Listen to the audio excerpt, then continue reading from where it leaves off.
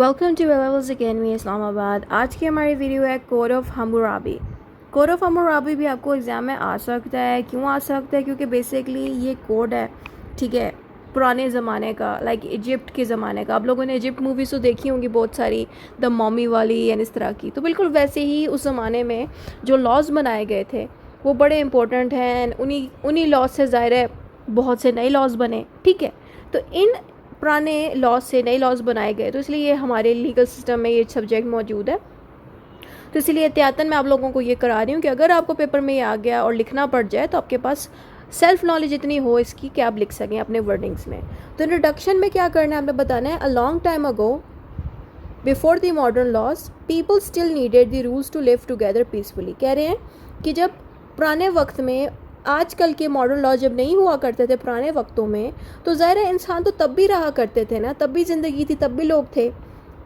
तो तब भी ज़ाहिर है ज़िंदगी जीने के लिए उनको रूल्स चाहिए थे ताकि वो एक दूसरे के साथ सुकून से रह सकें। आपको भी अच्छे से पता है कि अगर एक इलाके में बहुत सारे लोग इकट्ठे रह रहे हैं तो वहाँ पे कोई ना कोई तो रूल होगा जिसको फॉलो करके वो लोग एक दूसरे के साथ रहते हैं और एक दूसरे से कहते हैं कि हम एक दूसरे के घर में जाके चोरियाँ नहीं करेंगे, कोई गलत काम नहीं करेंगे। कोई ना कोई रूल्स वो लोग बनाते थे, ठीक है। अब तो लॉज बहुत डिफरेंट है, मॉडर्न हो गए हैं, प्रॉपर्ली सेक्शन डाल के लिखते हैं, बट उस ज़माने में भी कोई ना कोई रूल ऐसा मौजूद ज़रूर होता था, ठीक है। ये बताने के बाद हमने लिखना है, one of the oldest sets of the written law in the history is called the code of Hammurabi. तो इसी तरह का एक और जो है रिटन फॉर्म में बड़ा ही पुराना लॉ जिसका नाम है कोड ऑफ हम्मुराबी, वो अब हम पढ़ने लगे हैं। फिर आगे आता है, it comes from the ancient Mesopotamia, a place that is now in Iraq. Basically Iraq में जो एंशियंट मेसोपोटामिया है ना, वहाँ से जाके कोड ऑफ हम्मुराबी निकला था। यानी कि इस तरह से एंशियंट, ये जो कोड ऑफ हम्मुराबी था, पता मिला कैसे था इन लोगों को?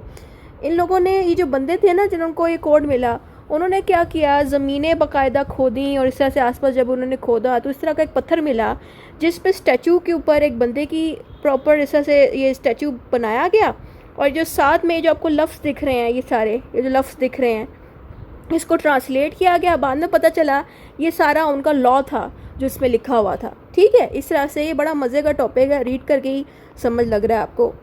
फिर आगे आ जाता है, हु वाज हम्मुराबी। तो ये हम्मुराबी की एक तस्वीर एक बंदे ने बाकायदा इंटरनेट पर स्केच करके डाली है कि ऐसा ही लगभग वो दिखता था कि लंबी सी उसकी दाढ़ी थी, सही है। क्योंकि ज़ाहिर है पुराने ज़माने का ये किंग है तो नेट पे इसकी तस्वीर इतने ईजिली अवेलेबल नहीं है। हु वाज हम्मुराबी, हमने बताना है हम्मुराबी बेसिकली एक किंग थे। कौन से इलाके के किंग थे? Babylonian empire around 1500। अच्छा, बेसिकली ये बेबीलोनियन एम्पायर के किंग थे, ठीक है, यानी कि इराक की साइड के किंग थे।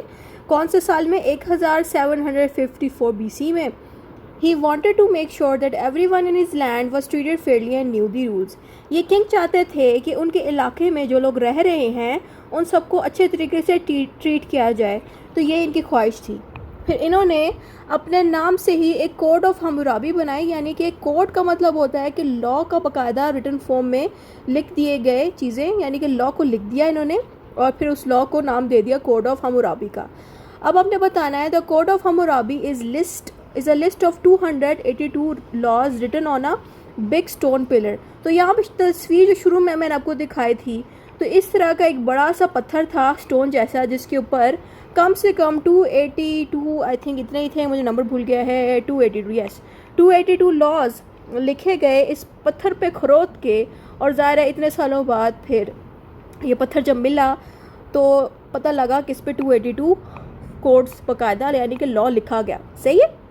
फिर आपने बताना है कि इन लॉज में क्या क्या चीज़ें बताई गई। इसमें बेसिकली इंसानों के राइट्स एंड रॉन्ग्स के बारे में बताया गया कि इंसान कौन सी चीज़ कर सकते हैं, कौन सी चीज़ नहीं कर सकते। उसके अलावा पनिशमेंट्स भी लिखी गई उन लोगों के लिए जो इन लॉज पे अमल नहीं करेंगे, उनकी पनिशमेंट लिखी गई। उसके साथ साथ इसमें लिखा है how to solve problems like stealing, fighting and trading. और इसमें यह भी बताया गया कि अगर कोई स्टील करता है, चोरी करता है, किसी से लड़ता है या बिज़नेस के मामला सही से हैंडल नहीं करता, तो उसके सारे मामलात इन्हीं लॉज के थ्रू सॉल्व करवाए गए। फिर आपने बताना है वेयर वाज इट रिटन। आपने बताना है रिटन किस पे हुआ, किस पे लिखा गया। The law were written on the tall black stone called the stele, यानी कि ब्लैक कलर के एक बड़े से पत्थर पे लिखा गया और उस बड़े से पत्थर का नाम था stele. It was placed in a public place so everyone could see it. और इस बड़े से पत्थर को पब्लिक प्लेस पर रखा गया ताकि आम पब्लिक इन लॉज को देख सके, ताकि किसी को ये ना लगे कि हमसे लॉ छुपाए गए हैं, आम पब्लिक को पता लगे कि किस तरह के लॉज हैं। फिर आता है what kind of laws were there, और किस तरह के लॉज उसमें मेंशन थे। तो आपने थोड़ी सी लिस्ट दे देनी उन लॉज की। तो एक लॉ ऐसा इसमें लिखा गया, an eye for an eye, a tooth for a tooth. तो इसमें ये लिखा गया कि किसी ने किसी की अगर आंख डैमेज की है तो आप भी उसकी आंख डैमेज करो, किसी ने अगर मुक्का मार के किसी का दांत तोड़ा है तो आप भी उसी बंदे का दांत तोड़ो। यानी कि बाकायदा इंसाफ इस तरह से दिया गया कि किसी ने अगर आपको हर्ट किया है, जिस हिस्से में हर्ट किया है, तकलीफ़ पहुंचाई है, आप भी उसी का वही सेम जगह पे तकलीफ़ पहुंचाओ। यानी कि किसी ने अगर आपका बाजू जान के तोड़ दिया है, आप भी जाके उसी बंदे का जिसने आपका बाजू तोड़ा उसका वही बाजू तोड़ो जिसने आपका बाजू तोड़ा था। सही है, यानी कि सेम बात है, आसान करके समझा दी। फिर आगे आता है if a person steel something they must give it back और बी पनिश। और अगर किसी ने किसी की चीज़ चोरी कर ली है तो या तो वो वापस कर ले, अगर वो वापस नहीं करता तो उसको पनिशमेंट मिलेगी। सपोज़ किसी के अगर आपने पैसे चोरी करके खर्च कर लिए हैं तो फिर आपको पनिशमेंट मिलेगी, या फिर आपने किसी के पैसे चोरी करके वापस अगर उसको दे दिए तो फिर तो पनिशमेंट नहीं मिलेगी। ठीक है, दूसरा की जस्ट बात लिखिए। फिर आगे और पॉइंट्स दिए हैं, if a builder makes a weak house and if falls he will be punished. और उस ज़माने में जो भी इंसान अगर घर, खासतौर पर बिल्डर अगर ऐसा घर बना के देता था जो कमज़ोर था और लोगों के ऊपर गिर जाता और जान चली जाती उन लोगों की जो उस घर में रह रहे हैं, तो फिर उस बिल्डर को पनिश किया जाएगा। तो इस तरह के 3-4 लॉज हमने यहाँ पे रिटन फॉर्म में लिख दिए। वैसे तो ज़्यादा थे, मैंने ऊपर पढ़ दिया था तकरीबन 282 यानी कि 282 लॉज थे, उसमें से कोई भी 3 मैंने यहाँ पे उठा के लिख दिए हैं। आप नेट से डीप सर्च करके मज़ीद लॉज ले सकते हो, नहीं तो इतने 3-4 भी लिख दिए काफ़ी हैं। फिर आपने बताना है these laws were strict but they try to keep order in the kingdom. यहाँ पे ये लिखा है कि ये जितने भी लॉज जितने लिखे गए थे इस कोड ऑफ हम्मुराबी में, ये बड़े स्ट्रिक्ट थे, लेकिन इनको फॉलो करने से ही वहाँ पे जो हुकूमत थी वो अच्छी चलती थी, लॉ मेंटेन होता था। फिर आगे आता है वाई वॉज इट इम्पोर्टेंट, कि ये कोड ऑफ हम्मुराबी हमारे लिए इंपॉर्टेंट क्यों है। हमारे लिए इंपॉर्टेंट इसलिए है क्योंकि ये first time laws were written down, पहली दफ़ा लॉ को लिखा गया रिटन फॉर्म में। उसके बाद तमाम लोगों को बड़ा हेल्प मिली इस कोड ऑफ हम्मुराबी से, क्योंकि उनको अपने राइट्स एंड ड्यूटीज़ का पता लगा। उसके अलावा जितने भी रूलर्स जो हेड्स थे उनको भी कहा गया कि वो भी इन लॉज को फॉलो करें, यानी कि आम पब्लिक के साथ साथ जो हुक्मरान थे, जो हेड्स थे, उन पे भी ये ड्यूटी लगाएगी कि वो भी इन लॉज को फॉलो करें।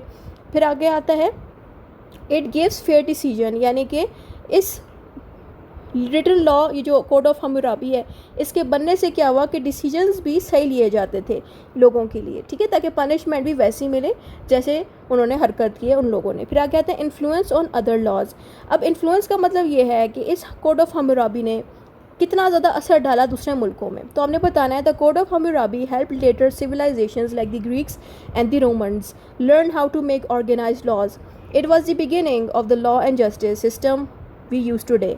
जो कोड ऑफ हम्मुराबी बनाया गया उसको ग्रीक और रोमन लोगों ने यूज़ किया, यानी कि ग्रीक और रोमन लोग जो थे बड़ा मुतासिर हुए थे कोड ऑफ हम्मुराबी से, और उन्होंने अपने भी लॉज कोड ऑफ हम्मुराबी की तरह ऑर्गेनाइज़ किए, लिख दिए प्रॉपर्ली। और फिर हमने बताना है कि इसी के कोड ऑफ हम्मुराबी के लिखे हुए लॉज आज के लॉज जैसे ही हैं, यानी कि आजकल के जितने भी लॉज आपको दिखते हैं वो ज़्यादातर कोड ऑफ हम्मुराबी से ही बनाए गए हैं। यानी कि जितने भी पुराने लॉज थे, चाहे कोड ऑफ हम्मुराबी हो या कोई भी हो, उन्हीं से ही आजकल का लेटेस्ट लॉ बना है। ठीक है, इतना ही था आज की वीडियो में। कंक्लूजन में जो भी लिखे ऊपर जो पढ़ा है वही शॉर्ट करके आपको 4 से 5 लाइनों में लिखना होता है। इतना ही था इस वीडियो में। खुदा हाफिज़।